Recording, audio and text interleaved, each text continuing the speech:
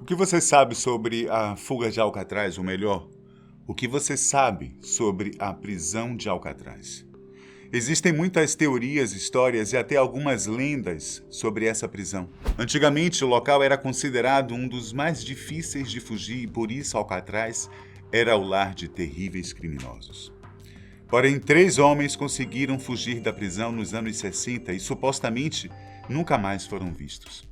Eu sou Benjamin e nesse vídeo eu vou contar para vocês a história dos fugitivos de Alcatraz e o que aconteceu com eles.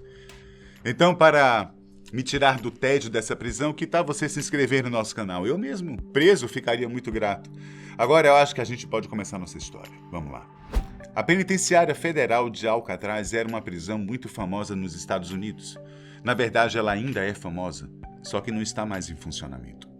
Fundada em 1910, ela era famosa por ser praticamente impossível que alguém conseguisse escapar dali. Você deve pensar que, no ano de 1910, as prisões não eram tão seguras quanto as de hoje, não é não? Não, no caso de Alcatraz. Além de ser cercada por muros altos e guardas fortemente armados, a prisão ficava em uma ilha localizada no meio da Baía de São Francisco, na Califórnia. Com exceção do caso que vou contar hoje, ninguém mais conseguiu escapar da prisão, ao menos não com vida. Na verdade, antes de se tornar prisão, o local era usado como base militar, mas devido ao abalo econômico que atingiu em cheio os Estados Unidos, houve um aumento das atividades criminosas no país. Por isso, no dia 11 de agosto de 1934, o local se tornou uma prisão de segurança máxima. Antes dos anos 60, os registros apontam que houve 12 tentativas de fuga, mas em todas elas, os prisioneiros ou acabaram sendo recapturados ou foram mortos a tiros, ou então acabaram se afogando na Baía de São Francisco. Gente, mas a fama de que ninguém tinha conseguido fugir de Alcatraz durou até o dia 11 de junho de 1962, quando 4 homens tentaram fugir do local. Os homens eram Clarence Anglin, John Anglin, Allen West e Frank Morris. O plano desses homens foi premeditado meses antes da fuga e saiu da cabeça de Frank Morris, um criminoso que tinha envolvimento com roubos, assalto à mão armada e tráfico de drogas. Diante deste cenário, podemos concluir que Frank era o líder do grupo, certo? Um fato que confirma isso é o de que Frank Morris fazia parte da pequena porcentagem de 2% da população profissional com QI um pouco mais elevado. Sendo um cara inteligente, Morris conseguiu reunir seus comparsas para colocar seu plano em ação. John e Clarence Anglin, que eram irmãos, estavam presos por serem ladrões de banco. Já Allen West era ladrão de carros em Nova York. Juntos, esses homens entrariam para a história dos Estados Unidos, mesmo sendo criminosos.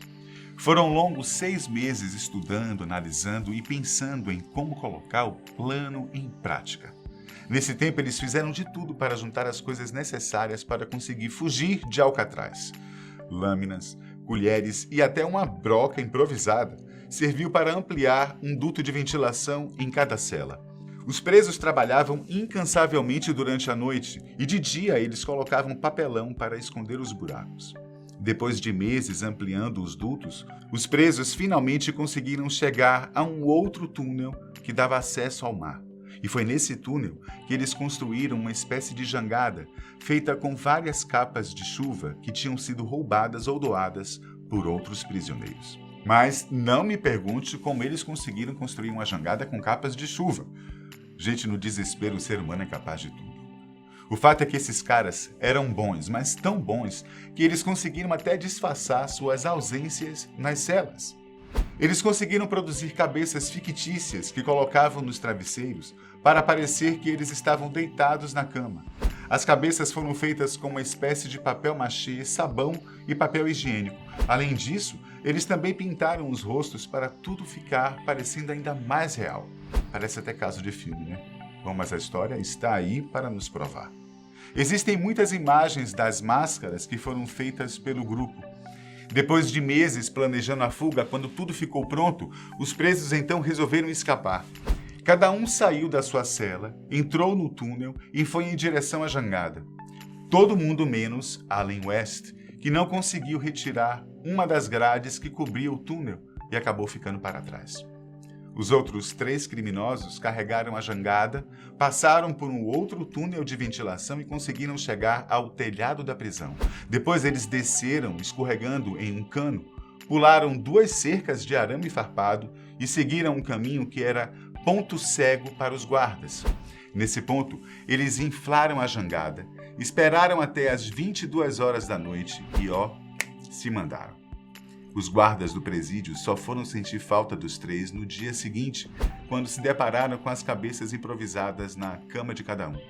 Ao interrogar West, o preso que tinha ficado para trás, ele disse que o plano de seus companheiros era navegar até uma ilha local, a cerca de 3 quilômetros de Alcatraz. Dias após a fuga, a guarda costeira da Califórnia encontrou um remo flutuando nas redondezas. No dia 21 de junho foi encontrado fragmentos das capas de chuvas usadas para fazer a jangada, o que teorizou que os homens realmente tinham conseguido escapar com vida. E é exatamente aqui que eu queria chegar. Afinal, o que foi que aconteceu com os 3 presos que conseguiram escapar de Alcatraz? Segundo as investigações do FBI, os homens acabaram morrendo por causa das fortes correntes e das condições climáticas da noite da fuga. Apesar de ter procurado os homens até o ano de 1979, o FBI acabou encerrando as investigações, concluindo que eles morreram no mar. Mas muitas pessoas e teorias dizem que não foi exatamente isso que aconteceu, não. E se eu te disser que eles podem estar vivos e morando aqui no Brasil, você acreditaria? Segundo os documentos e evidências apresentadas pelo canal History, no ano de 2015, familiares e pessoas próximas dos fugitivos forneceram gravações de áudio e fotos que provam que os 3 realmente sobreviveram. Os irmãos John e Clarence Anglin enviaram cartões de Natal para a família por 3 anos seguidos. A caligrafia até foi analisada, mas nunca foi comprovada se era ou não de um dos irmãos. Além disso, a família dos irmãos, diante do DNA dos ossos encontrados na Baía de São Francisco, que foram atribuídos a eles, nunca confirmou se eram mesmo de John e Clarence. A família ainda mostrou algumas fotografias que supostamente seriam os 2 irmãos, uma delas tirada em algum lugar aqui no Brasil. Outro fato que prova que os presos sobreviveram foi uma carta enviada à polícia de São Francisco em 2013, mas que só foi divulgada em 2018. A carta, que supostamente foi escrita por John Anglin, alega que os 3 presos viveram até a velhice, segundo o autor. Clarence Anglin morreu em 2008 e Frank Morris em 2005. A carta fazia uma proposta para as autoridades, dizendo o seguinte: se vocês anunciarem na TV que me prometerem ir para a prisão por não mais de 1 ano e obter assistência médica, escreverei de volta para informar exatamente onde estou. E para completar, o autor da carta disse que está com 83 anos de idade e sofrendo com câncer. A carta também afirma que John Anglin viveu em Seattle a maior parte da sua vida e passou 8 anos em Dakota do Norte. Quando a carta foi escrita, ele estava morando no sul da Califórnia, mas, afinal, até que ponto essa carta é verdadeira?